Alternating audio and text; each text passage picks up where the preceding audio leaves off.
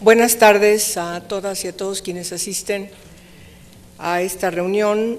Tenemos el gusto desde el Senado de la República dar la bienvenida a quienes integran el grupo interdisciplinario de expertos independientes de la Comisión Interamericana de Derechos Humanos de la Organización de Estados Americanos. Estamos conduciendo esta presentación. Les damos las gracias, por supuesto, a cada uno de ustedes que estén aquí en el Senado de la República.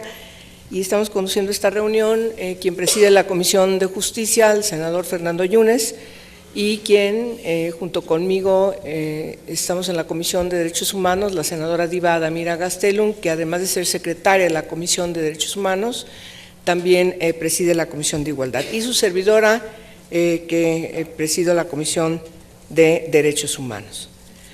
Esta reunión para nosotros es muy importante y queremos dar la bienvenida a Alejo Valencia Villa, a Ángela Buitrago, a Francisco Cosvial, a Claudia Paz y Paz, Carlos Martín Bernstein, quienes constituyen este grupo de 5 expertos que fueron nombrados desde la Comisión Interamericana de Derechos Humanos en base a un convenio celebrado con el Estado mexicano para coadyuvar en la investigación de los hechos ocurridos el 26 y 27 de septiembre de 2014 en Iguala, Guerrero. Para nosotros es muy importante. Ustedes saben que hay recomendaciones explícitas, concretas y puntuales al Congreso de la Unión para legislar en la materia.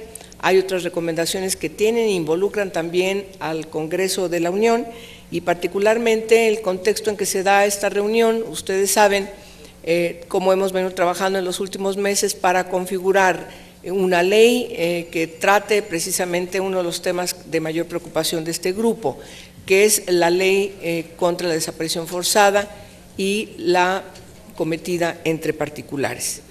Para empezar esta reunión le vamos a dar la voz a Carlos Martín Bernstein, que sea tan amable en hacer una introducción, si eres a nombre del grupo, por favor, si es tan amable, Carlos. Gracias, senadora de la Peña. Gracias a los senadores y senadoras que están presentes por acogernos esta tarde para poder compartir con ustedes algunos de los elementos del trabajo que hemos realizado en los últimos meses, en los últimos 6 meses, y especialmente el informe que publicamos hace unos días. Yo voy a compartirles solamente una visión muy general, puesto que el objetivo del trabajo y del trabajo de ustedes tiene que ver más con aspectos del marco legal y de las nuevas marcos legislativos que se están desarrollando en México para enfrentar toda esta situación, pero sí es bueno dar un marco, digamos, de qué tipo de trabajo hemos hecho y qué pueden encontrar en el informe, ¿no? Hemos traído solamente no tenemos más que un ejemplar para los diferentes grupos políticos que les vamos a dejar después, también para la presidencia de la comisión, de forma que puedan tener material de consulta, y obviamente, pues debido a la premura del tiempo, pues habrá más publicaciones que les podemos enviar que estén disponibles para la Cámara, ¿no? Bien, el informe, como ustedes saben, se presentó hace unos días y da cuenta de diferentes elementos. Voy a hacer un panorama muy general de lo que incluye ese informe. Una primera cuestión que tiene que ver con los hechos, ¿no? Así como en nuestro primer informe investigamos los hechos que habían pasado en Iguala la noche del 26 y 27 de septiembre del año 2014, hemos ido recogiendo más información para ampliar el foco de los hechos, ¿no? No solamente lo relativo a los jóvenes normalistas desaparecidos o asesinados, sino también otras cosas que pasaron esa noche en el marco de un operativo de grandes dimensiones, ¿no? Que tuvo que ver también con el control carretero hacia Mezcala, ya cerca de Chilpancingo, y los movimientos y la posible participación en los hechos también de la policía de Huitzuco. Van a encontrar ahí que, además de las cosas que ya se analizaron en el primer informe y que no hemos vuelto sobre ellas, hemos tratado de avanzar en nuevos hechos que sucedieron esa noche para dar un panorama global de esa noche de terror vivida en Iguala hace ahora año y medio, ¿no? En una segunda parte del informe van a encontrar una evaluación del comportamiento y de las actuaciones de diferentes cuerpos de seguridad, ¿no?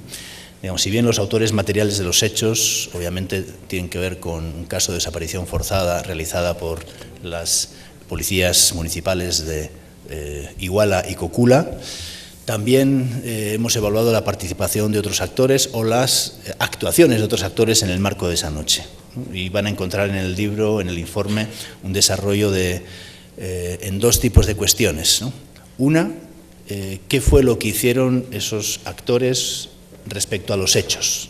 Si estuvieron en algunas escenas o no, y qué tipo de comportamiento tuvieron en esas escenas. Y ahí hemos hecho una evaluación tanto desde la perspectiva de la policía de Huichuco, ¿no? Y de la movilización que tuvo esa policía de Huichuco acercándose hacia Iguala, ¿no?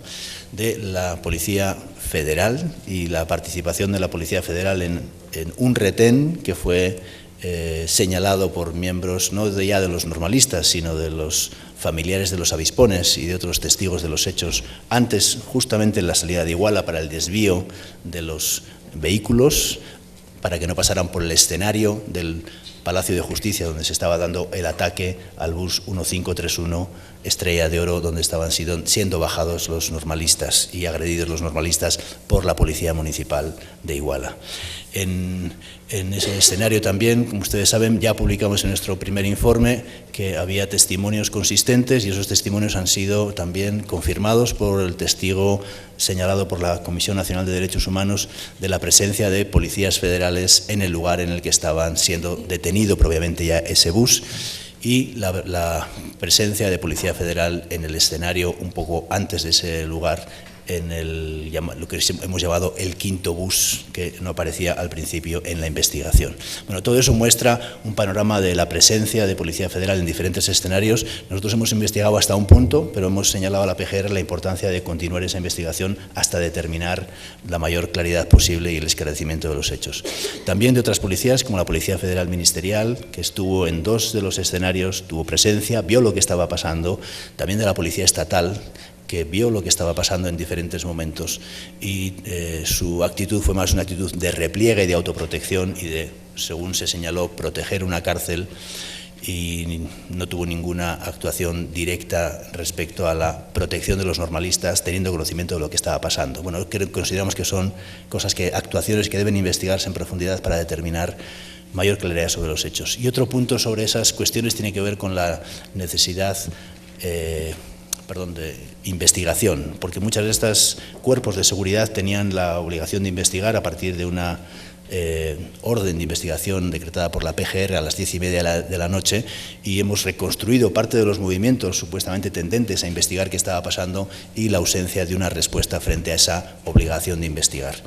También van a encontrar un capítulo. Ustedes saben que nosotros pedimos desde el principio de nuestro mandato poder entrevistar a miembros del Batallón 27 que habían sido testigos de los hechos porque tenían información relevante sobre lo que pasó, y considerábamos que esa información era un elemento clave para esclarecer ciertos puntos clave de esa noche, de lo que sucedió en varios de los escenarios, ¿no? Van a ver también cómo después de las reiteradas peticiones que hicimos de esas declaraciones, saben ustedes que no se nos permitió como grupo participar en ninguna declaración, digamos, uno de los soldados de inteligencia que tomó fotografías del escenario donde se estaba agrediendo a los jóvenes en el bus del Palacio de Justicia, pues pedimos que todo ese material fotográfico se incorporara al expediente, ¿no?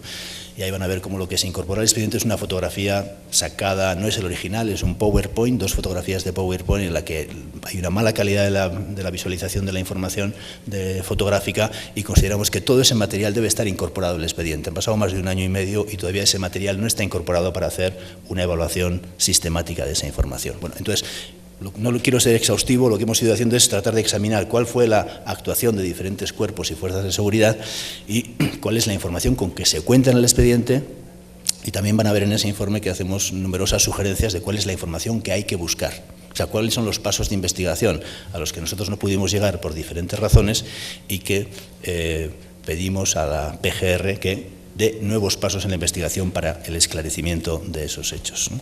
Hay todo un gran apartado que habla sobre la investigación. Nosotros entregamos a la PGR, saben ustedes que pasamos 2 meses en un periodo intermedio, a partir del cual logramos un acuerdo con el Estado firmado en la Comisión Interamericana de Derechos Humanos en Washington, a partir de la cual se creaba un nuevo equipo de investigación, se creaba, el caso era atraído del Aseido al nuevo equipo de investigación bajo la tutela directa de la Subprocuraduría de Derechos Humanos, y cuando empezó ese nuevo periodo de investigación, presentamos a la PGR un documento de 20 páginas con las líneas de investigación que habría que seguir desde nuestro punto de vista, ¿no? Es decir, qué declaraciones había que tomar, cuáles eran los aspectos de la telefonía que había que avanzar, qué había que tomar de investigación sobre la actuación de cuerpos de seguridad, qué había que hacer respecto a la investigación, de nuevo con entrevistas a los inculpados, qué había que investigar sobre el quinto bus, es decir, una serie de líneas de investigación que no habían sido tenidas en cuenta en la primera etapa y que consideramos que son muy importantes para el esclarecimiento del caso.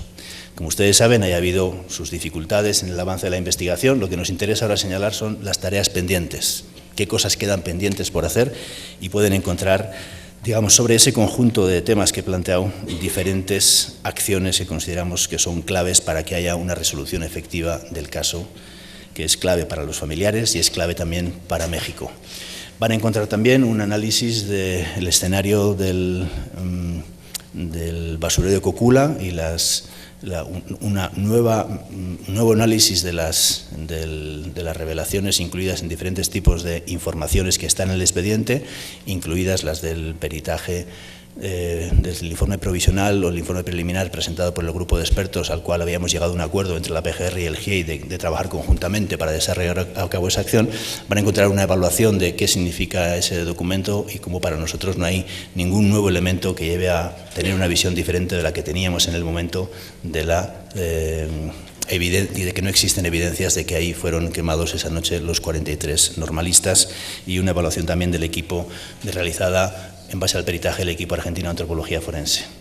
Como habrán visto ustedes también en las imágenes, y un elemento central de ese proceso de la investigación sobre el posible destino de los normalistas, había un elemento central que era el río San Juan. Nosotros encontramos y hemos documentado cómo, a pesar de que toda la documentación existente pública y la documentación legal existente en el expediente, la investigación del río San Juan empezó el día 29 con el encuentro de una bolsa a las 8:50 de la mañana por parte de buzos de la Marina, en realidad esa investigación hemos documentado cómo no empezó entonces, sino que empezó antes, y cómo no hay ningún registro legal de todas las actividades que se llevaron a cabo en esa escena, como es la llevada de un detenido a la zona, como es la toma de muestras y restos óseos, como es la recolección de evidencia y como es el propio encuentro de las bolsas en el río. Toda esa documentación, que por otra parte era pública porque había sido ya publicada por un diario de Guerrero, que daba cuenta ese día, el día 29, de lo que había pasado el día 28, pues encontramos que en el expediente no hay ningún documento que certifique esas cuestiones, y hemos considerado que eso es un elemento grave del caso que debe ser investigado en profundidad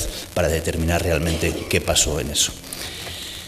Hay otras dos partes, no quiero cansarles más, con una visión general. Una que tiene que ver con la atención a las víctimas, ¿no? La atención a las víctimas nos preocupa mucho, forma parte de nuestro mandato y tiene que ver con cuáles son las políticas que hay que desarrollar, cuáles son las acciones que hay que desarrollar frente a esto.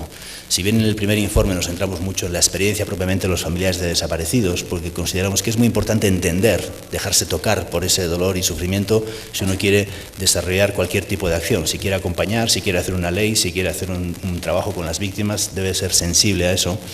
En este segundo informe nos hemos concentrado más en la situación de los heridos y el trabajo que hemos hecho de la mano de la CEAP en la atención y en la supervisión de la atención a los heridos. En el caso de Julio César Mondragón, como saben, se hizo una segunda autopsia, y creo que eso es importante en términos de lo legislativo que ustedes hacen, porque muestra cómo a veces las leyes no están hechas pensando en la gente, y a veces las leyes generan marcos en los cuales se vuelve a revictimizar a la víctima, ¿no? En este caso, solamente para la toma de una muestra de ADN de un cuerpo que ya había sido exhumado y que estaba en servicios periciales, para tomar la muestra de ADN se tardaron 3 meses, ¿no? Fueron más de 40 gestiones legales las que hubo que hacer, intervinieron 51 personas y se hicieron gestiones en 9 localidades para poder hacer la toma de un resto óseo, para poder hacer una muestra de ADN de un cuerpo que ya estaba en servicios periciales. Es un ejemplo entre los muchos, pero es un ejemplo, creo que desde el punto de vista legal, de las cosas que hay que pensar para cómo todos los procedimientos legales se flexibilizan o se adaptan a la experiencia de las víctimas, para que el marco legal, que debe ser algo que responda a una al impacto de todas esas violaciones, genere condiciones de restitución y de reparación a las víctimas y los problemas de la burocracia o de los aspectos legales estrictamente no se conviertan en un nuevo problema para los familiares, como en este caso se muestra, ¿no? Y damos también algunas ideas sobre la política de atención a las víctimas, la reforma de la CEAP, que consideramos que deben ser tenidas en cuenta. Un último punto, antes de dar la palabra al resto de mis compañeros, tiene que ver con los casos de tortura, ¿no? Hicimos un estudio específico, si bien en el primer informe señalamos que a partir también de un estudio pericial que pedimos sobre la documentación existente en el expediente, ya en el expediente con los informes médicos hechos por la PGR, de que el 80% de los detenidos tenían lesiones, no decimos de tortura, tenían lesiones. En este caso, para ir un poco más allá, hicimos un estudio sobre 17 casos de detenidos que mostraban numerosas lesiones en el cuerpo y 5 de ellos tienen que ver con la historia del basurero, con las declaraciones del basurero. Uno de ellos es el Gil, que ha sido considerado como el jefe de Guerreros Unidos y que había dado la orden según esa versión oficial, y otros son policías de Cocula y otros son policías de Iguala. En relación con eso, lo que hicimos fue un estudio en base a la documentación existente en el expediente, es decir, a los informes médicos realizados por la propia PGR. No usamos ninguna otra fuente más que sus informes médicos. Hicimos un panel de expertos para poder discutir con expertos internacionales, en este caso del Centro Internacional de Rehabilitación de Víctimas de Tortura, y tener una discusión sobre los hallazgos que el grupo había documentado ahí, determinando que en estos 17 casos hay indicios, serios indicios de que estas personas sufrieron tortura, y que de cara a la investigación de los hechos hay dos elementos clave, uno que tiene que ver con con la investigación propiamente más en profundidad de los casos y el establecimiento de protocolos de Estambul para la evaluación de estos casos, aunque estamos tarde en el tiempo, y la importancia de que estos procedimientos se hagan con personal independiente y que tenga la suficiente experiencia en utilizar ese tipo de metodologías, y una segunda parte que tiene que ver con la necesaria investigación de quién es el responsable de estos hechos para que, digamos, esas prácticas se puedan extirpar de este caso y de otro tipo de casos que se puedan dar en el país. Sé que ustedes están discutiendo también una ley sobre tortura en el país. Hay cosas del análisis que nosotros hemos hecho que les puede servir también para ver por lo menos las garantías médicas de la detención y el uso de los informes médicos en la documentación de los casos. Son cosas importantes que pueden ser incluidas también en una ley. Bueno, eso es un panorama muy general del contenido del informe, que espero que ustedes puedan leer y haya elementos que les interese también para su trabajo legislativo, y le dejo la palabra a mis compañeros para que expongan otros aspectos del trabajo que hemos realizado. Gracias. Muchas gracias, Carlos. Por favor, si es tan amable, Francisco Cos. Muchas gracias, senadora. Otro de nuestras recomendaciones, como decía Carlos, hay un capítulo entero de recomendaciones estructurales que hemos llamado, toda vez que creemos que el caso de Ayotzinapa nos ha dado la oportunidad de revisar el sistema procesal penal en funcionamiento, y creemos que algunos de nuestros hallazgos les pueden servir a la sociedad mexicana para hacer una investigación penal más eficiente y respetuosa al mismo tiempo de los derechos del imputado. Una de las cosas que nos llamó la atención y que celebramos es justamente la existencia o la pronta existencia de un sistema acusatorio en el proceso penal mexicano. Creemos que la existencia del sistema inquisitivo escriturado contribuye a la dificultad para poder manejar la información que ahí se va acumulando. Si a eso se suma el excesivo formalismo que hemos observado, que se van duplicando o triplicando documentación que se acumula al expediente, y por lo tanto se tornan expedientes de muchas fojas. El promedio de un tomo son entre 500 y 1000 fojas, con lo cual las hacen muy poco manejables. Si a eso sumamos la división interna que a veces se da, en la mayoría de los casos, en los cuales el Ministerio Público o la dependencia que investigó el caso no es la misma quien presentará la prueba ante el juez, observamos que esa cantidad de hojas y la duplicidad a veces de información que se da en los tomos dificulta un manejo eficiente por parte de quien recibe ese caso y que pueda manejarlo de manera adecuada y presentar las pruebas que corresponden y que puedan asegurar una condena desde el punto de vista de la Fiscalía o del Ministerio Público o de la PGR. Y por lo tanto creemos que el paso a un sistema acusatorio es una muy buena señal y una muy buena decisión, toda vez que algunas de las deficiencias que observamos, por ejemplo, en los dictámenes periciales que se emiten por parte de la PGR, tienen falencias en cuanto a que el cuerpo de la pericia muchas veces no se condice con las conclusiones a las cuales se arriban en esas propias pericias. Esto puede dar pie a que, dado la cantidad de hojas y el volumen de los tomos, quien recibe esa información, tanto el fiscal como el juez, no tengan la capacidad para procesar toda esa información y por lo tanto se limiten a leer las conclusiones, de manera tal que al no estar expuesto a un contraexamen o a un contrainterrogatorio por parte de un abogado defensor, lo que contribuye a que el juez, por lo tanto, la información con la cual está resolviendo el caso no sea de la mejor nivel que se puede dar. Lo que sí nos ha llamado la atención, que los delitos de delincuencia organizada se mantengan en el sistema antiguo y lo que se crea básicamente es un estado de excepción permanente respecto de ese tipo de delincuencia y ese tipo de delito. Más aún cuando quien tiene la facultad es quien investiga para determinar si es que algo es de delincuencia organizada o no, crea incentivos para el persecutor someterse a ese régimen en lugar del régimen acusatorio que establece exigencias mayores tanto para la defensa como para la Fiscalía. Otra cosa que también aconsejamos y recomendamos es que servicios periciales no siga dependiendo de la PGR.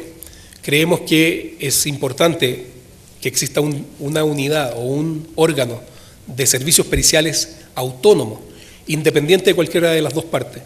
Y la razón de esto es porque si es que servicios periciales, quien debe dar la información y la prueba científica, es parte de una de las partes, valga la redundancia, del proceso penal, como es la Fiscalía, se crean incentivos institucionales para avalar la teoría del caso de la PGR o de la Fiscalía en su oportunidad. De manera tal que lo que se necesita es un órgano autónomo que pueda confirmar o refutar la teoría del caso de la Fiscalía y de la Procuraduría General de la República. Creemos que estos cambios estructurales contribuirán a una mayor eficiencia en la investigación penal y en el combate a la delincuencia y al mismo tiempo aseguran los derechos del imputado.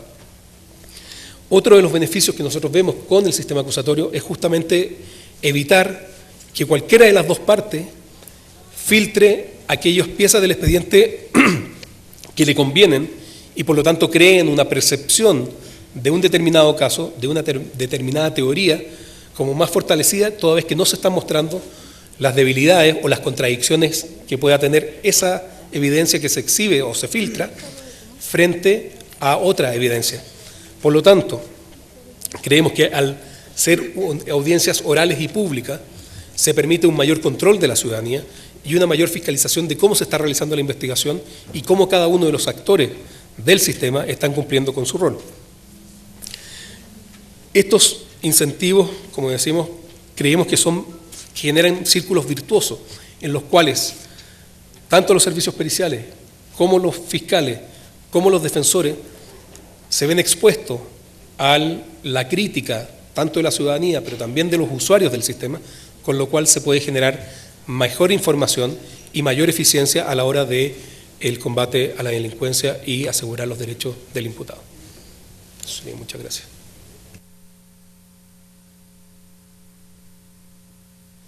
Gracias. Le doy la palabra ahora a Claudia Paz y Paz, si eres tan amable.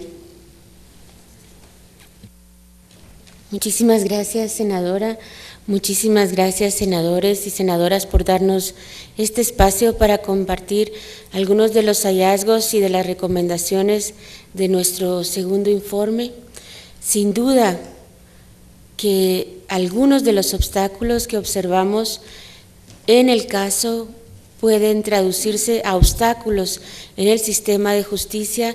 Están a las puertas de aprobar nueva legislación, tanto en materia de desaparición forzada como en materia de tortura, y por eso es que este espacio para compartir nuestros hallazgos, nuestras recomendaciones es fundamental, de vital importancia. Junto con las recomendaciones que ya mencionaba Francisco, hay una muy importante y que está estrechamente vinculada a la legislación que ustedes están por aprobar. Un sistema de justicia penal que tiene como criterio de imputación para imponer una pena la verdad, es decir, que se demuestre en juicio que una persona ha cometido un hecho determinado, no se puede basar casi exclusivamente en la confesión de los imputados. Y no se puede basar en la confesión de los imputados porque es un mecanismo perverso cuando la jurisprudencia en este caso le da un valor tan importante a las declaraciones de los imputados, prácticamente plena prueba. Si un imputado confiesa su crimen y un coimputado dice que efectivamente participaron juntos en él, tenemos plena prueba, es decir, los ministerios públicos no necesitan presentar ninguna otra evidencia para convencer al juez. Y si a esto le sumamos el régimen de excepción que mencionaba Francisco, donde el Ministerio Público tiene poder sobre la libertad y la integridad de una persona durante casi 80 días, pues la posibilidad de que para obtener esa confesión se realicen apremios o torturas, necesariamente aumenta. Y si tampoco tenemos que presentar nuestra teoría del caso y defenderla en una audiencia pública a la vista de todos los ciudadanos y ciudadanas, esa posibilidad aumenta. Y es de la experiencia del propio caso, como mencionaba Carlos, tanto en el primer informe como en el segundo informe, nosotros documentamos primero la existencia de lesiones. De 80 detenidos, el 80% presentaban lesiones en distintos momentos, y en un segundo estudio que se realizó a mayor profundidad, de los 17 casos, 17 tenían fuertes evidencias de haber sufrido tortura. Entonces, sí es necesario, y ustedes están por aprobar la ley para la prevención y sanción de actos de tortura, sí es necesario cambiar la valoración que se le da en el sistema de justicia penal mexicano a las declaraciones de los imputados. En otros sistemas, por ejemplo en mi país, está prohibido valorarlas. Se entiende que la declaración es un mecanismo de defensa, no es un medio de prueba en contra de los procesados. En otras legislaciones está absolutamente prohibida la declaración extrajudicial. El único autorizado, el único funcionario autorizado para escuchar la declaración de los imputados son los jueces, porque es un mecanismo de garantía, y también se establecen plazos cortos para que los procesados se presenten ante la autoridad judicial. En este caso nos podríamos preguntar si haber presentado los 5 imputados que declararon y construyeron sobre sus declaraciones la versión del basurero de Cocula, si ellos hubieran sido presentados en las 24 o 48 horas siguientes ante un juez, que hubiera podido valorar si habían sufrido tortura, si la historia del caso y la versión oficial del caso hubiera llegado hasta donde llegó. Y junto a esto, y con eso termino, el sistema acusatorio, por supuesto, que está basado en el juicio oral. Es en el juicio oral donde se presenta la prueba, se valora la prueba, la defensa esgrime sus argumentos, un tribunal decide o un juez decide y tiene que argumentar los motivos de su defensa. Pero para llegar al juicio oral se debe tener un sistema de investigación criminal robusto, eficiente, que se base en prueba científica, objetiva, informes bancarios, informes patrimoniales, telefonía, balística, ADN, etcétera. Y definitivamente un sistema penal efectivo no riñe con los derechos humanos. O sea, no tenemos que sacrificar la efectividad por proteger los derechos humanos, ni tenemos que proteger los derechos humanos sacrificando la efectividad. Si se dan ciertos requisitos como una policía de investigación criminal profesional independiente, servicios periciales profesionales independientes, una fiscalía también independiente, pues tenemos todas las condiciones para que la investigación criminal avance, basada en pruebas científicas, que esclarezca los hechos delictivos en general y en particular en graves violaciones a derechos humanos, y que a la postre, si esas evidencias son presentadas en un juicio oral y público, lo que facilita es que la ciudadanía de nuevo confíe en el sistema de justicia penal mexicano.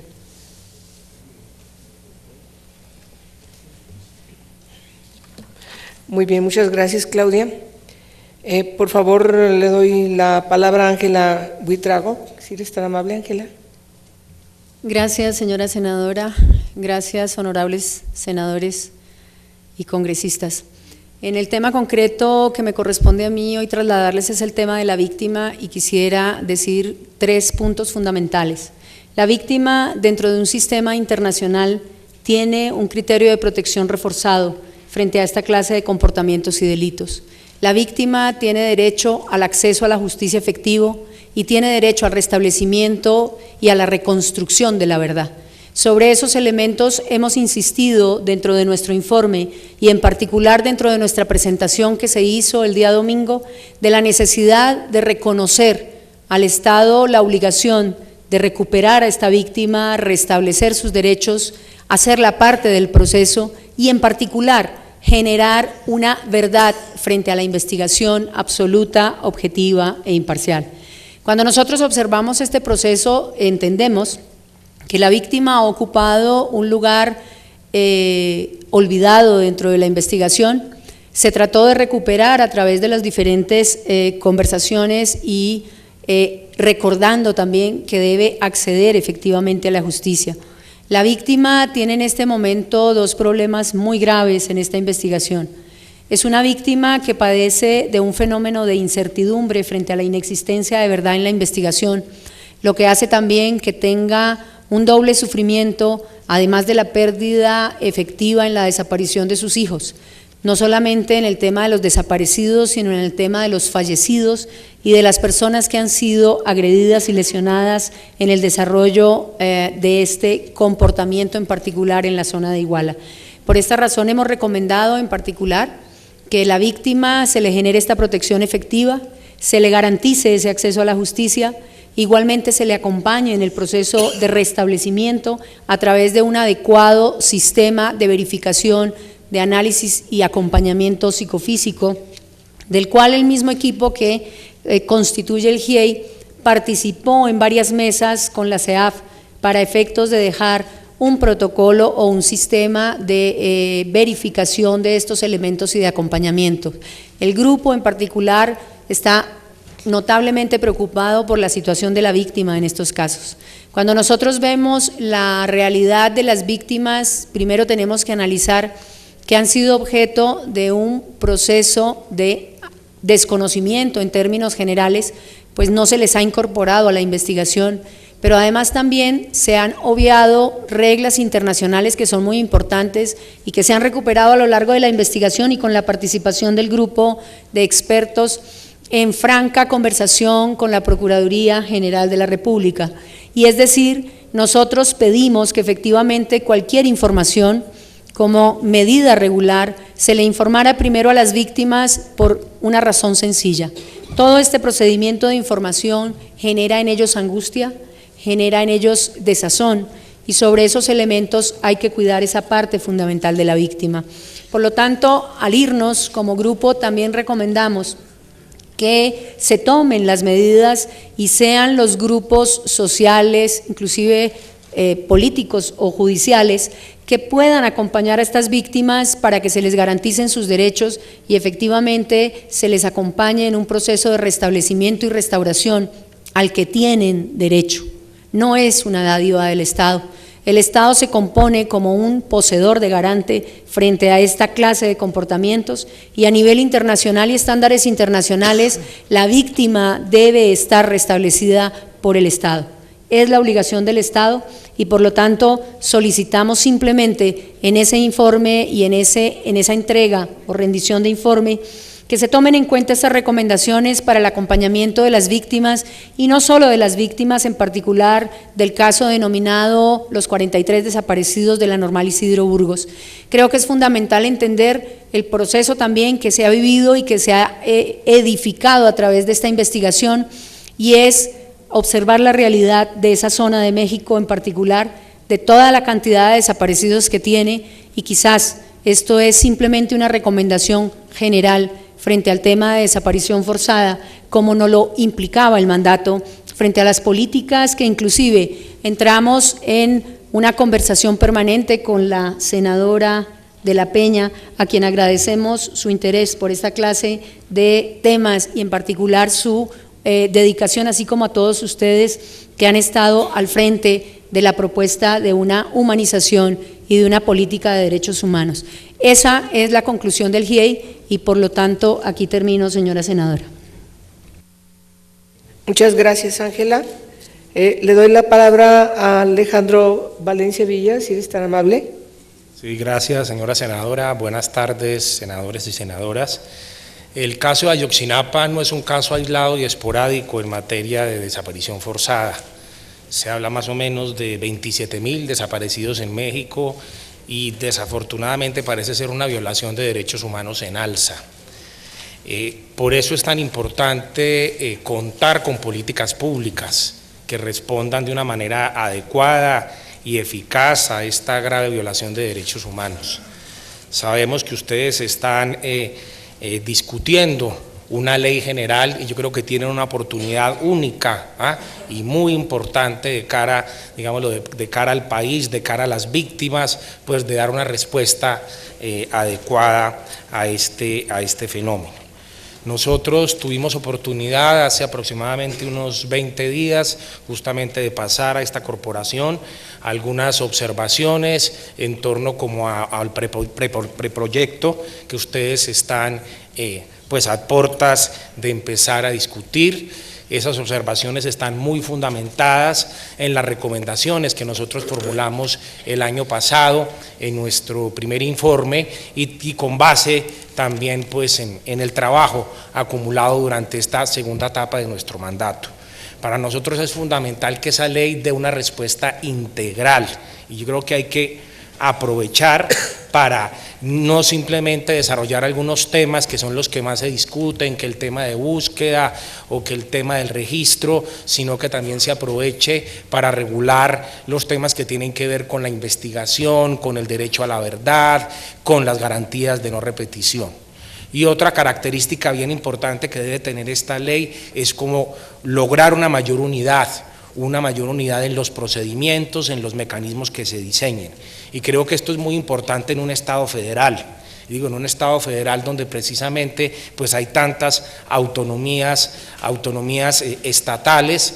Es fundamental que frente a este fenómeno sí haya denominadores comunes, ¿no? Tiene que haber como un cierto lenguaje uniforme, sobre todo, reitero, como en los mecanismos para tener pues una ley más eficaz. Se sugiere, y eso ya está plasmado, pero pues muy importante contar con un sistema nacional que apunte a estos temas de la búsqueda, al tema del registro, al tema de los protocolos de búsqueda, ¿no? Es decir, la búsqueda de los desaparecidos no es fácil, es decir, es una tarea ardua. Nosotros incluso ahora logramos tener un acumulado y darnos cuenta de las dificultades para cumplir con este cometido y efectivamente por eso debe responder, ¿no?, a lógicas mucho más estratégicas que deben estar pues plasmadas en el informe. En materia de los tipos penales, yo creo que es importante pues tener muy en cuenta los estándares internacionales y como las mejores prácticas de derecho comparado. Es fundamental, por una parte, pues tener un tipo penal que responda al fenómeno clásico de desaparición forzada, cual es aquella perpetrada por agentes del Estado o particulares que actúan con su apoyo o aquiescencia, pero también es muy importante contar con un tipo penal para las desapariciones perpetradas por particulares. Es decir, aquí todo individuo pues, que ha cometido este delito sin ningún apoyo, sin ninguna aquiescencia de agentes del Estado. También pues, es relevante en materia de tipos penales tener en cuenta lo que tiene que ver con responsabilidades de los superiores, responsabilidades de los comandantes. Sería fabuloso que se consagrara el principio de la jurisdicción universal, no consagrar penas irredimibles, eso es muy importante, es decir, la garantía, es decir, los estándares de derechos humanos no son acordes con señalar penas de esta naturaleza. También en materia de exhumaciones, lo que tiene que ver con inhumaciones, conservación y entrega de restos óseos, eso es bien importante y yo creo que es un tema que hay que aprovechar para regular en esta ley. Hay algunos países que les ha tocado incluso posteriormente sacar paquetes legislativos para asumir estas medidas y bueno, que desde ya pues se planteen respuestas en estas problemáticas. También aprovechar para fortalecer el tema de la atención a víctimas. Sabemos que aquí en México existe una Ley General de Víctimas, sabemos que existe también una CEDAF, pero valdría la pena aprovechar para hacer algunos ajustes y ofrecer como una política mucho más acorde y digna con las víctimas en temas que tengan que ver con la atención social, atención legal, atención médica, atención psicológica, medidas de protección para las víctimas, que eso es fundamental. La declaración de ausencia también es una figura muy importante que se debe reglamentar. Un desaparecido es una persona que no está, pero es decir, un desaparecido no es ni un vivo ni un muerto y de alguna u otra forma hay que resolver ciertas situaciones legales y esta figura de la declaración de ausencia es la respuesta que se han dado en muchos países precisamente pues para dar cabida a soluciones de esta índole. También es fundamental aprovechar para hacer ajustes en lo que tiene que ver con los temas de reparación, en particular algunas medidas que tienen que ver como con las garantías de satisfacción, lo que tienen que ver garantías que van dirigidas más a dignificar a las víctimas, a recordar a las víctimas, a ejercitar derechos de memoria y también a las garantías de no repetición, ¿no? El nunca más frente a la desaparición forzada, pues es como uno de los grandes desafíos, pero pues hay que aprovechar, reitero, pues esta oportunidad de la ley general para regular, entre otras, estos aspectos. Todos esperamos que de verdad ustedes en primer lugar como Senado, luego la Cámara de Diputados, pues puedan ofrecer una herramienta acorde a esta problemática. Sabemos que una ley no va a solucionar definitivamente pues todo esta grave violación de derechos humanos, pero sí es un paso y qué bueno, ¿no? Qué bueno contar con políticas públicas y herramientas legales en esta materia.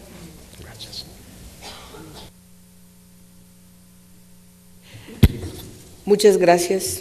Bueno, hay varias tareas que nos dejan. Ciertamente estamos viendo algunos temas ya en asuntos concretos de tipo legislativo y lo que ustedes nos acaban de referir, más las observaciones particulares que nos hicieron llegar respecto a la ley de desaparición forzada de cometidos entre particulares, son ya temas inscritos en el marco del dictamen de esta ley. Tengo que informarles que en el caso de atención a víctimas hemos decidido reformar la Constitución. Hay un proceso que ya está como Cámara de Origen, el Senado de la República, va a el resto del Congreso Permanente, porque es una reforma que tiene que tener 2/3 del Congreso de la Unión, más la mitad más uno de los congresos locales. Y en el Inter hemos acordado todos los grupos parlamentarios ponernos a trabajar en una ley general de atención a víctimas, de tal manera que ciertamente junto con otros procesos que tenemos que ponernos de acuerdo, por ejemplo el que tiene que ver con la decisión de constituir un órgano o como le tengamos que llamar pericial, que tenga bajo su jurisdicción un ámbito nacional y, por supuesto, como ustedes nos lo han planteado ahora, que debe ser autónomo. Hoy estamos impedidos por la Constitución para que así sea. Lo que estamos resolviendo es que tenga independencia, de tal manera que podamos lograr darle mayor certidumbre a este importante mecanismo, esta instancia, este órgano que tenemos que constituir, en lo que podemos lograr los consensos para reformar la Constitución. No es fácil, sin embargo es algo que tenemos que llevar a los grupos parlamentarios, es algo que tenemos que discutir de manera mucho más amplia, no corresponde ni siquiera a un solo grupo parlamentario, mucho menos a un senador o a una senadora de quienes estamos hoy aquí. Sin embargo, la disposición que hemos mostrado en el Parlamento mexicano es tomar en cuenta las observaciones que ustedes nos han hecho para lograr cumplir también con nuestra responsabilidad en este tipo de encargos. Le voy a pedir a la senadora Diva Damira Gastelum para que cierre este encuentro con su intervención. Muchas gracias, presidenta. Muy agradecida con las intervenciones que se han tenido en esta reunión y quiero puntualizar algunas cosas muy rápidas. El Estado mexicano, a partir del 2011, a partir de la gran reforma en materia de derechos humanos, ha ido perfeccionando, ha habido una mejora real en un tema tan importante como es el tema de los derechos humanos. El tema que hoy nos ocupa, ustedes nos entregaron en una primera ocasión un informe que nos ha servido para iniciar una gran discusión, y en este momento nosotros estamos exactamente el día de hoy, a partir de las 8 de la noche, estamos discutiendo el tema de desaparición forzada. Ya tenemos un buen tiempo, el tema de la tortura, ejecución penal, una serie de reformas muy interesantes que han desdoblado y ha ido mejorando el sistema, como lo han dicho aquí, de inquisitivo acusatorio. Sí, falta cosas por hacer. Las recomendaciones que ustedes han hecho son muy importantes. Esto que ustedes han presentado está en nuestra cancha, en el sistema, en este poder legislativo, en el Congreso de la Unión. Hemos tomado puntual nota. El documento que ustedes han hecho entrega seguramente nos va a dar luz en muchos de los temas que están en discusión.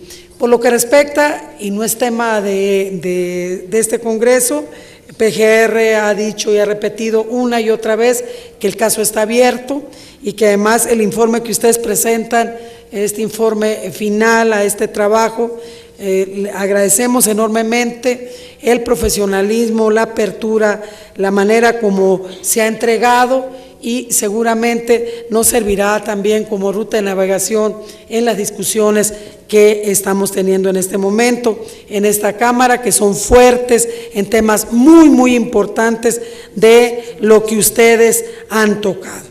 Yo agradezco enormemente su presencia. Felicito a la presidenta de la Comisión de Derechos Humanos y de Justicia por esta oportunidad que nos dan, y agradecida de todas las recomendaciones. Seguramente aquí está más explícito, más amplio, y lo tomamos como una recomendación profesional de expertos como son este grupo. Muchísimas gracias por esta oportunidad, y agradezco a la presidenta que me dé la oportunidad de declarar formalmente cerrada este encuentro con este grupo interdisciplinario de expertos. ¿Mande?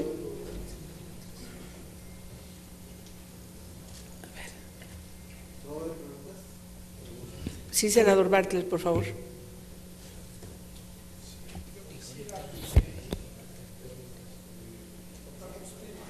Muy rápidamente, muchas gracias a las comisiones que han tenido la capacidad para movilizarnos y tener esta espléndida reunión y poder haberlos escuchado de manera directa el día de hoy. Muchas gracias a las dos comisiones que participan en este evento. Yo quisiera, en primer lugar, felicitarlos a los que han participado en esta investigación, porque han sido valientes, han cumplido su misión y han soportado, sin duda alguna, sin ninguna ocultación, han soportado una campaña de denuestos y han soportado además una serie de bloqueos para su trabajo. Es importante que sepan que aquí en el Senado de la República tienen una buena cantidad de senadores que estamos conscientes de esto que les estoy diciendo. Si bien ha habido una campaña y si bien los han tratado de lastimar, ustedes siguieron adelante. Nosotros lo sabemos y estamos muy orgullosos de que ustedes hayan participado en este importantísimo análisis de un crimen que ha lastimado profundamente a México.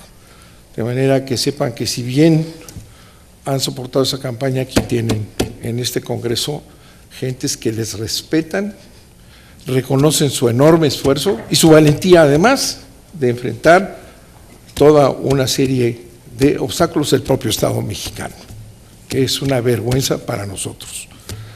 En segundo lugar, yo quisiera hacerles una pregunta que considero muy importante. En todas estas campañas de dimes y diretes, después de que participan ustedes, hay otra participación en donde se dicen cosas del lado de la Procuraduría, etcétera, ¿verdad? Un poco para tratar de neutralizar lo que se dice o lo que dicen ustedes. Eso lo vamos a ver en los próximos días. Está ahí flotando en el aire la preparación de una descalificación general.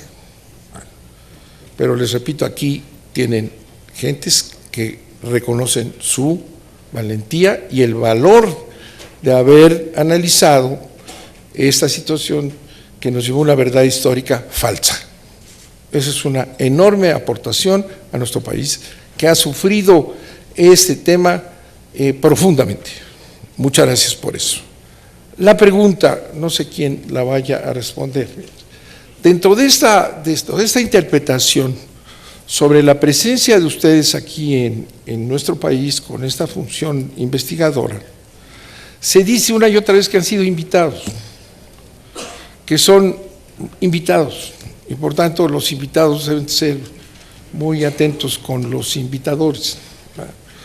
Pero yo quiero que nos expliquen, aquí en el Congreso, en el Senado de la República, que nos expliquen que no es así, ¿verdad? ¿Cuál es la responsabilidad de un Estado que firma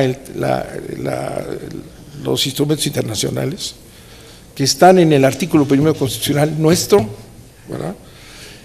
Y la relación con la Comisión Interamericana de Derechos Humanos y de ustedes, ¿verdad?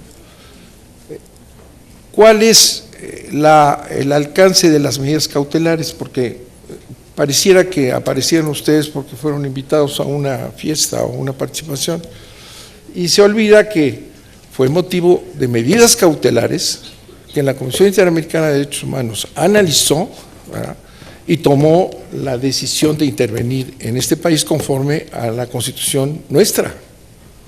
Ese es el derecho que han tenido ustedes, no de una invitación social.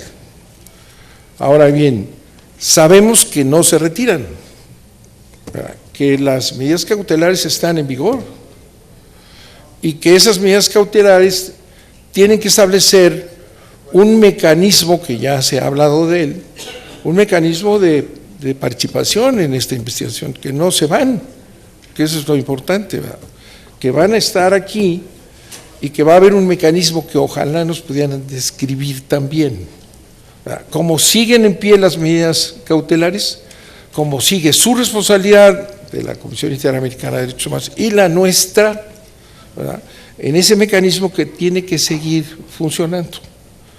Esto es importante, ¿verdad?, para que se establezca nuestra responsabilidad en este asunto y nuestra responsabilidad con ustedes y con los tratados que hemos firmado y los instrumentos internacionales, que no quede en el aire.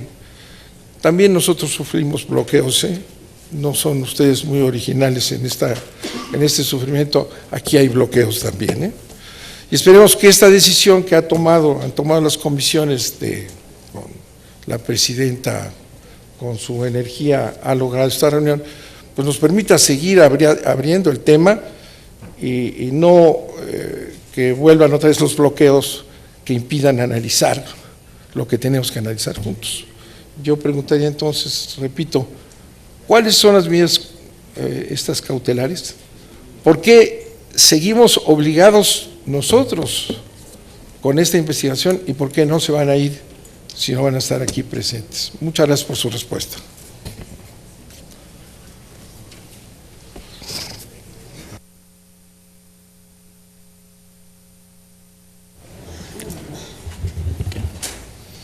Bien, una contestación rápida porque creo que ustedes no tienen Sí, demasiado... tenemos ¿Sí? una agenda muy complicada. Carlos, Por por eso. favor. Sí, una usted visión, amable. no solamente una respuesta rápida. Lo que van a encontrar en el informe, digo, para no entrar en casos muy concretos, porque no tenemos el tiempo ni creo que es el espacio, lo que van a encontrar en el informe y lo que nosotros recomendamos siempre es leer el informe en términos de las dificultades de la investigación. Hay todo un capítulo que habla sobre las dificultades de la investigación, leer el informe en lo concreto y poder analizar en lo concreto, ¿no? Para no convertir, digamos, el trabajo que nosotros hemos hecho en una discusión de si uno está a favor o en contra, que ha pasado en este tiempo, ¿no? No estamos a favor ni en contra de nadie, vayamos al contenido y vayamos a la discusión de las cosas y ahí uno puede tener discrepancias sobre si esto ha pasado o no ha pasado.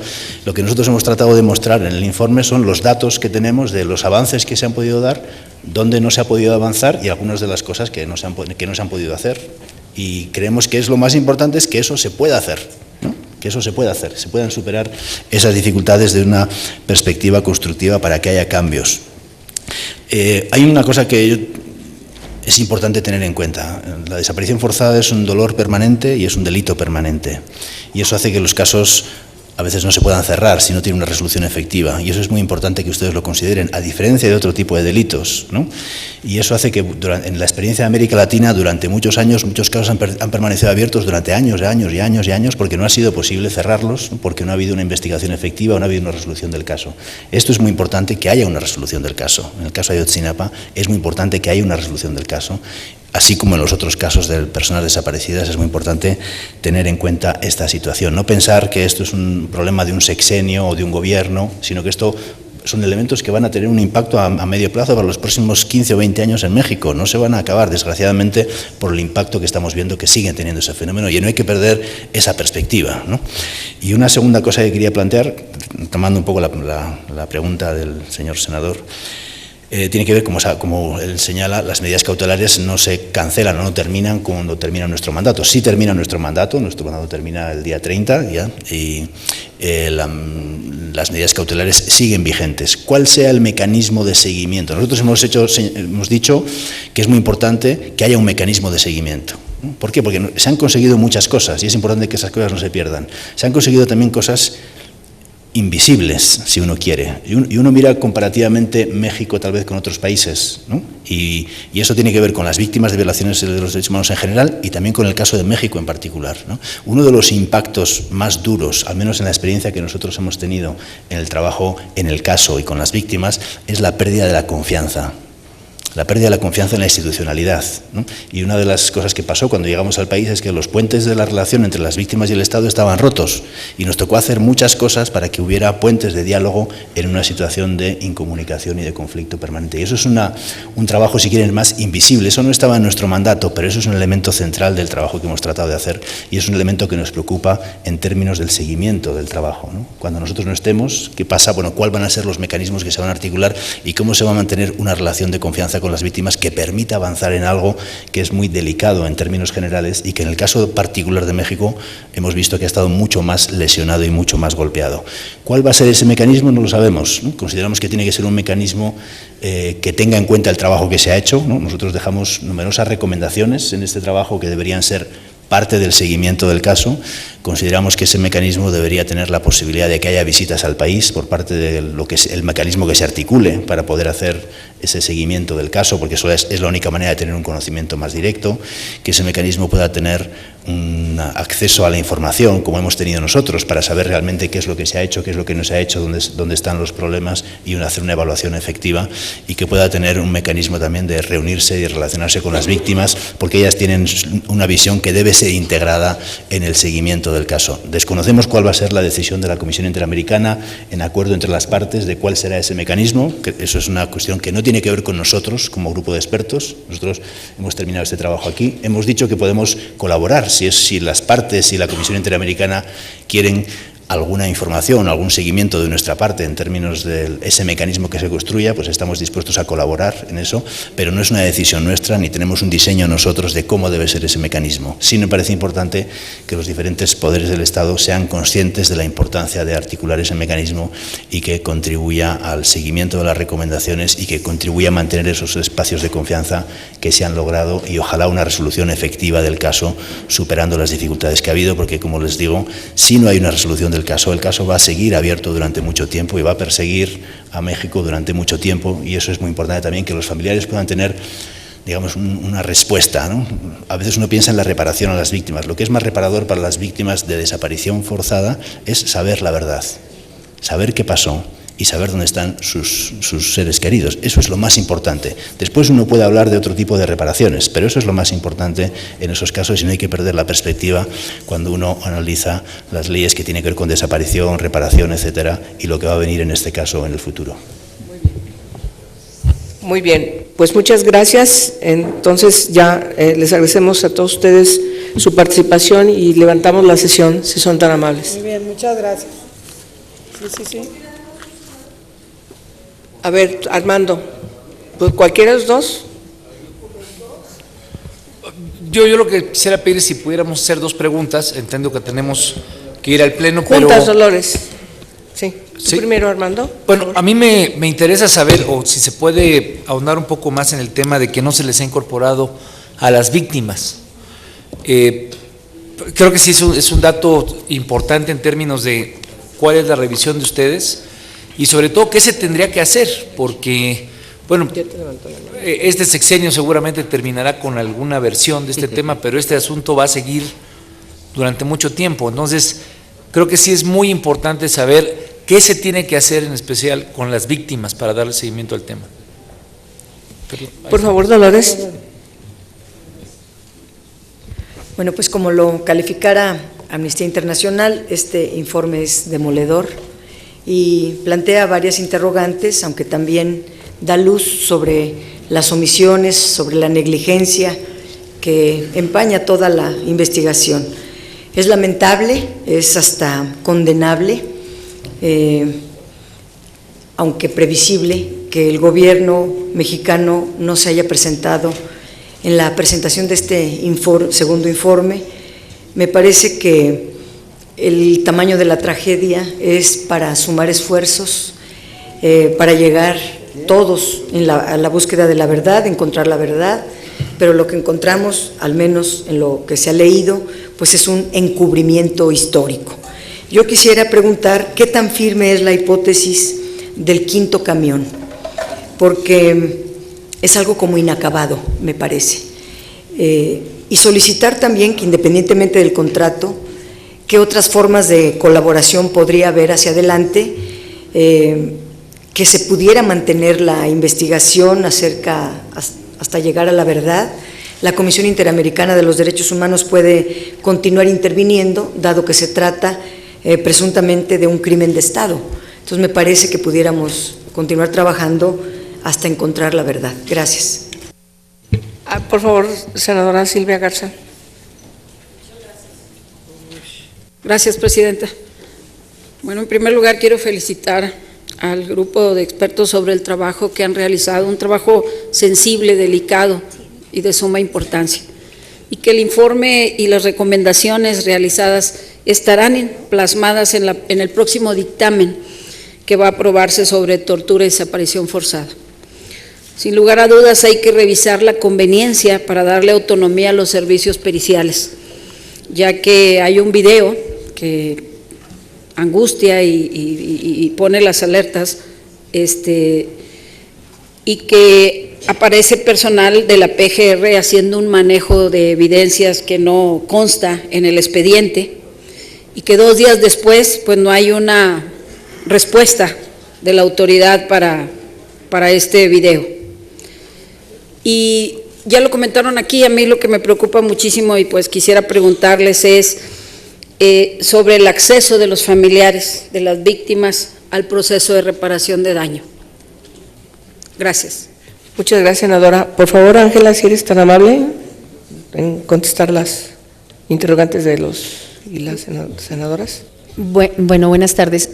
Primero, yo quisiera decir 2 cosas importantísimas en el tema del quinto bus. El tema del quinto bus es una hipótesis que nosotros construimos a través de las diferencias ostensibles que hay en el tratamiento de los otros buses y este bus, de la existencia de los videos de la camionera que muestran la salida de este bus y la inexistencia de este bus en la investigación. Y quiero ser categórica en esto porque el tema en particular de el descubrimiento de este quinto bus está verificado en que nunca se mencionó en las consignaciones de la PGR que este quinto bus solamente se evidencia cuando llegamos nosotros al pedir los videos de la camionera central de Iguala, pero sobre todo por la importancia de que los demás buses fueron agredidos de manera violenta. Los demás buses, como pueden ustedes percibir en las primeras fotografías, quedaron con las llantas ponchadas, con varios impactos, diría múltiples impactos en la carrocería, rompieron los vidrios. El único bus que sale intacto a pesar de haber llegado a la zona que se denomina Palacio de Justicia con 14 muchachos en su interior es el famoso quinto bus. De este quinto bus sacan a los 14 muchachos, según las declaraciones de los muchachos, lo hacen miembros de la Policía Federal, quienes apuntan las armas y los bajan del bus. Es bueno advertir que estos muchachos todos sobrevivieron, pero el bus es escoltado hacia las afueras de Iguala. Estos elementos permiten decir que efectivamente pues hay algo que investigar de este quinto bus, pero además encontramos que hay diferencias ostensibles en las partes frontales del bus con respecto a al video que aparece en la camionera central de Iguala.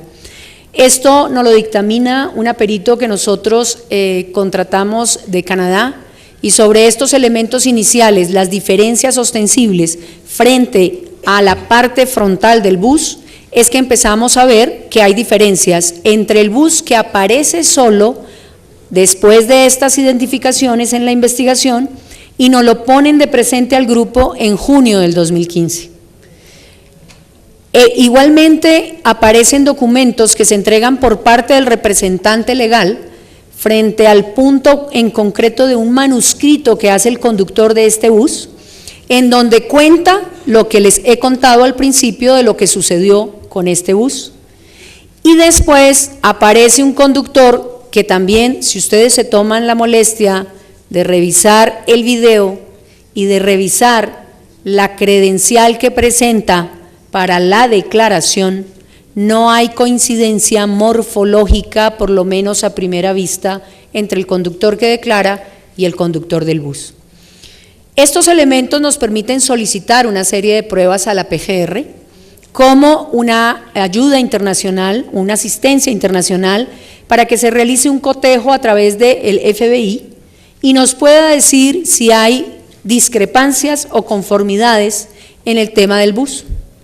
Igualmente solicitamos que no se realicen verificaciones hasta tanto el bus no sea plenamente identificado.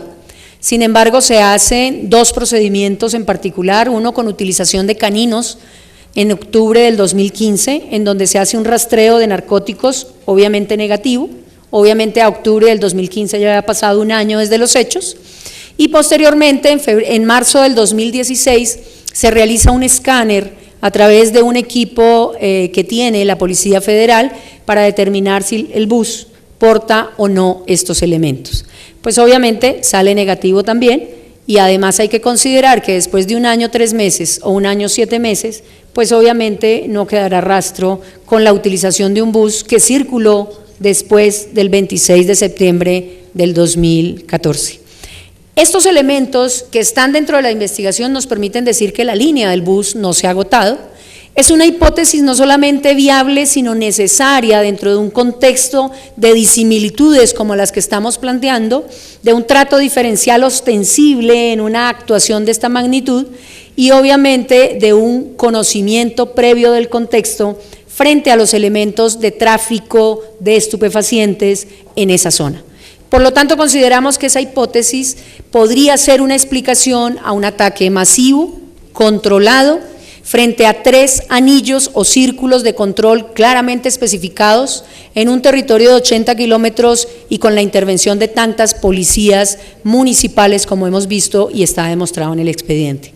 Por lo tanto, el tema del quinto bus es un tema que no se ha acabado. Sin embargo, es importante insistir en que todo esto lo dijimos desde el primer informe y estos elementos fueron desarrollándose a través del segundo periodo, no se han concluido, creemos que es necesario agotar todas las líneas y sobre todo un punto fundamental. A raíz de todas estas averiguaciones resultó que la firma del documento que aparece en el expediente del bus y del conductor del bus es del conductor del bus que se presenta, pero el contenido del documento, según un peritaje, no es del conductor del bus. Hay 5 declaraciones en el expediente que afirman los empleados de este bus o de esta empresa de buses que el conductor el 26 de septiembre, cuando suceden los hechos, a las 10:15 de la noche, efectivamente le llaman al celular a una de las supervisoras y le informa lo que ha sucedido, la toma del bus, la llevada de los muchachos hasta Palacio de Justicia, la bajada de los muchachos y la escolta que se le sugiere y posteriormente se le indica que llame a la empresa para esos efectos. Todo esto está narrado. Esa declaración de esa testigo es plenamente válida y por lo tanto ya hay una confrontación más probatoria.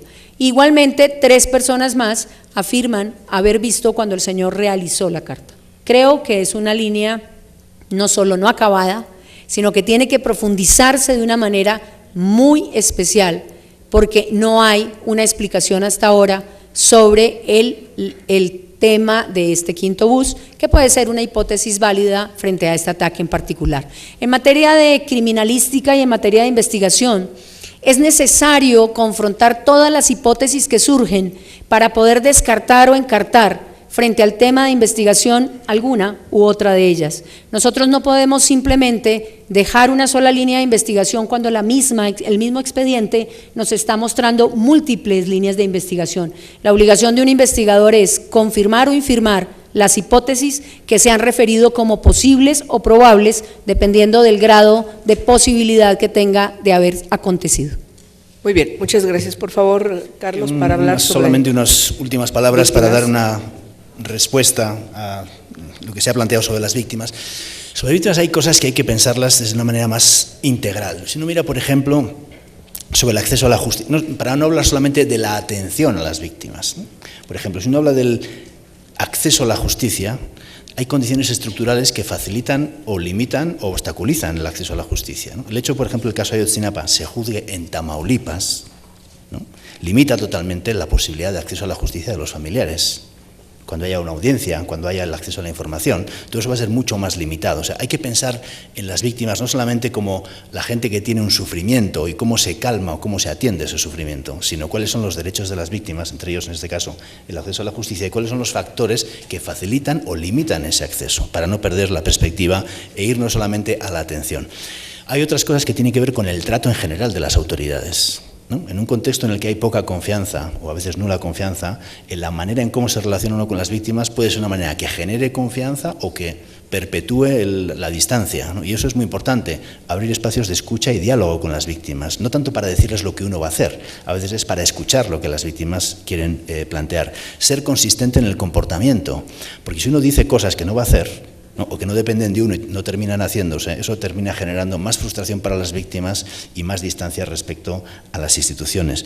Hay que cuidar con no estigmatizar a las víctimas. Este es un caso en el que se ha estigmatizado a las víctimas. Se han hecho declaraciones públicas desde el principio, a partir de declaraciones de inculpados, que son incriminatorias y estigmatizantes contra normalistas o contra familiares. Hay que tener mucho cuidado con esas cosas si uno no tiene el contraste de los elementos antes de hacer una transmisión pública de esas informaciones, porque eso genera un impacto en los padres, en las madres, en los familiares, estigmatiza a la propia víctima y a veces el estigma no solamente justifica la agresión, sino tiene también un impacto añadido y hay que prevenir. A veces uno no puede prevenir el ataque directo a las víctimas en términos de la muerte o la desaparición, pero sí puede prevenir lo que llamamos las formas de victimización secundaria, es decir, las formas en cómo a la víctima se le vuelve a victimizar en el camino, y hay que tener elementos que prevengan ese proceso de victimización.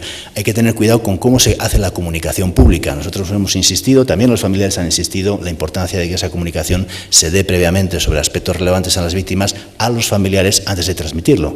Eso es parte de lo que nosotros hemos hecho en todo nuestro trabajo. También lo hemos hecho con el Estado. Antes de salir públicamente con un comunicado, con una rueda de prensa, hemos informado al Estado, le hemos enseñado el comunicado, le hemos dicho, esto es lo que vamos a decir mañana en la rueda de prensa. Lo mismo hemos hecho con las víctimas. Les hemos convocado y les hemos dicho, mire, esto es lo que vamos a decir mañana en la rueda de prensa, para que ustedes sepan, para que haya la gente sienta que ellos, que son los más directamente implicados, tienen un acceso a la información y su dignidad como persona es tenida en cuenta. Cuando te hablan de tu vida, del caso, sin que te hayan siquiera consultado, sin que te hayan siquiera escuchado, eso transmite una falta de respeto por el derecho y por la dignidad de la persona. Y creo que son cosas que pueden parecer que son muy pequeñas, pero pueden generar factores de dignificación del proceso. Hay dos elementos solamente claves para terminar sobre propiamente el caso. Uno es que como parte de este trabajo llegamos al acuerdo también con la SEGOP, con las autoridades de la CEAP, de que se hiciera un estudio psicosocial, también obviamente con los familiares, que existiera un estudio psicosocial más en profundidad de cuáles son los impactos, las consecuencias que ha tenido el caso en la salud, en la situación de las familias, en los niños y niñas, por ejemplo, ¿no? Porque para visibilizar esos impactos. Si no se visibilizan esos impactos, es muy probable que no se van a desarrollar medidas de atención. Entonces, es una propuesta muy concreta. Es un estudio que está en proceso de realización, no sé cuándo se va a terminar, pero que se terminará en las próximas semanas, y será importante que las recomendaciones que salgan de ese estudio sean incorporadas al marco de atención de las víctimas, en el caso Ayotzinapa, que ya se está discutiendo y que nosotros mismos hemos discutido con la CEAP y con la SEGOP. Esa es una cosa. Otra cosa que consideramos que es importante es la narrativa sobre los hechos, ¿no? Digamos, permanece oficialmente todavía una narrativa de los hechos, a pesar de que hay elementos que han puesto en cuestión muchas de esas cuestiones desde hace mucho tiempo, y nosotros hemos aconsejado a la PGR que tiene que revisar la narrativa sobre los hechos, porque esa narrativa también debe incluir los nuevos elementos investigados en el caso, para que eso no permanezca como una versión fosilizada, que hay resistencia a cambiar, sino que se incluyan los nuevos elementos, y eso también va a ser favorecedor para las víctimas, porque eso va a ser un elemento en el que la experiencia y la verdad de muchas de las cosas sucedidas se incorporan aparte de la versión oficial, a pesar de que no haya una versión oficial acabada en la actualidad, pero tiene que mostrarse una apertura al cambio, de forma que esa narrativa vaya evolucionando en el tiempo y muestre cómo el sistema puede cambiar cuando hay nuevos elementos que ayudan a verificar las informaciones. Eso es muy importante para las víctimas, porque la verdad es el elemento central para las víctimas de desaparición forzada. Muy bien, bueno, ya hemos terminado las preguntas, porque tenemos que irnos. Quienes estamos aquí al frente tenemos que ir a presentar dos dictámenes, la de ejecución penal y la de justicia para adolescentes. Y entonces, y tenemos más al rato reuniones de trabajo para ver desaparición forzada y tortura. Tú acabas de llegar, Laida, entonces yo te pido que ya nos permitas, no estaba contemplado preguntas. Personal a ellos,